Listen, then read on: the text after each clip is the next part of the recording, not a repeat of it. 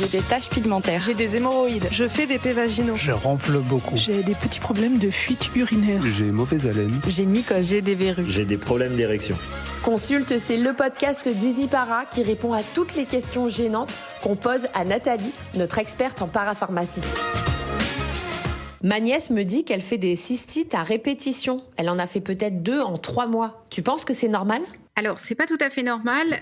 Normalement, son généraliste a dû lui donner des antibiotiques, mais moi, je te conseille en fait vraiment des remèdes naturels pour accompagner et pour éviter les récidives.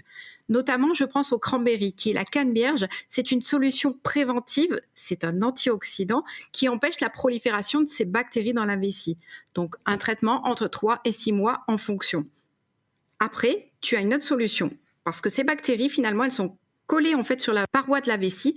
Et ce qui va se passer, c'est que sous l'influence du pH métabolique, c'est-à-dire les variations hormonales, les relations sexuelles, le stress aussi et l'immunité, eh ben, elles vont se mettre de nouveau activées et du coup, en fait, entraîner de nouveau une cystite. Donc là, c'est le démnanose. C'est un sucre qui permet de décrocher en fait ces bactéries et de les éliminer naturellement. Aussi, les probiotiques, c'est super important parce que ça permet d'avoir un bon pH urinaire et renforcer la flore au niveau de la vessie. Donc, ça permet d'éviter justement que ces bactéries se développent. Dernière chose, la busserole et la bruyère. Ce sont 2 plantes qui sont diurétiques, astringentes et antiseptiques. Ça va te permettre d'éliminer et vraiment de te débarrasser de tout ça. Et tu vas lui conseiller en fait, avec ces antibiotiques, d'avoir en fait ce type de complément alimentaire. Bien sûr, on ne se substitue pas au médical.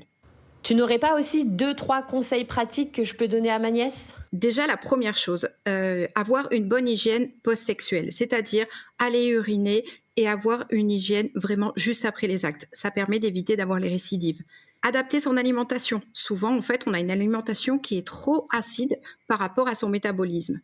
Aussi, il faut éviter les troubles et les variations hormonales pendant les cycles menstruels. Donc là, il faut voir avec un gynéco pour voir ce qui se passe.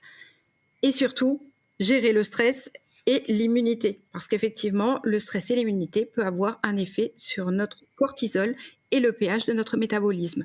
Dernière chose, c'est le lavant. On adapte son lavant en fonction des périodes du cycle. Ce podcast vous a été présenté par easypara.fr, votre parapharmacie en ligne. Abonnez-vous pour ne manquer aucun épisode. À très vite.